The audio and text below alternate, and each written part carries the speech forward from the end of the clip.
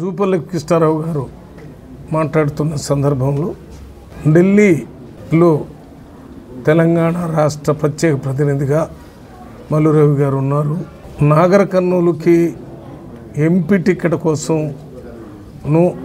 26 మంది అభ్యర్థులు అప్లై చేయటం జరిగింది. ఎవరి ప్రయత్నాలు వాళ్ళు చేస్తున్నారు. రాజకీయాల్లో కూడా అనేక మంది పోటీ చేసినప్పుడు ఈ మధ్యకాలంలో నాకు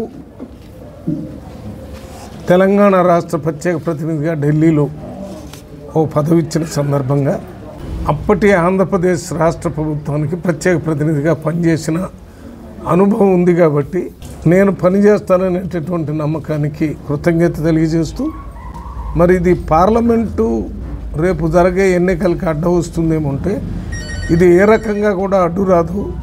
నాగర్ కర్నూలు పార్లమెంట్ సీట్ ఇవ్వటానికి ఈ ఢిల్లీలో రాష్ట్ర ప్రభుత్వ ప్రత్యేక ప్రతినిధి పోస్టు అడ్డం వస్తుందని ఈ ఉదయపూర్ డిక్లరేషన్ ప్రకారం అడ్డం వస్తుందనే ఉద్దేశంతో ఢిల్లీలో రాష్ట్ర ప్రభుత్వ ప్రత్యేక ప్రతినిధి పదవికి రాజీనామా చేసి ఆ లెటరు ముఖ్యమంత్రి గారికి ఇచ్చి, మీరు ఈ పదవి వల్ల మన పార్లమెంట్ సీటుకి ఇవ్వటానికి అడ్డొస్తే ఈ పదవిని వెంటనే రెసిగ్నేషన్ని మీరు యాక్సెప్ట్ చేసి నాకు పార్లమెంట్ సీట్ ఇవ్వాలని చెప్పాను.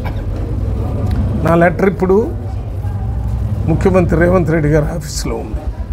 ఇంతేకాకుండా AICC general secretary incharge Deepa Das మున్స్ గారిని కూడా కలిసి వారికి కూడా చెప్పాను, నాకు పార్లమెంటు నీకు ఏది కావాలంటే మొదటిసారి నాగర్ కర్నూలు పార్లమెంట్ సీటు కావాలి, రెండోసారి నాగర్ కర్నూలు పార్లమెంట్ సీటు కావాలి, మూడోసారి కూడా నాగర్ కర్నూలు పార్లమెంట్ సీటు కావాలని ఇంగ్లీష్లో 3 సార్లు చెప్పాం. First time Nagar Kurnool, second time Nagar Kurnool, third time Nagar Kurnool అని వారికి కూడా చెప్పాం.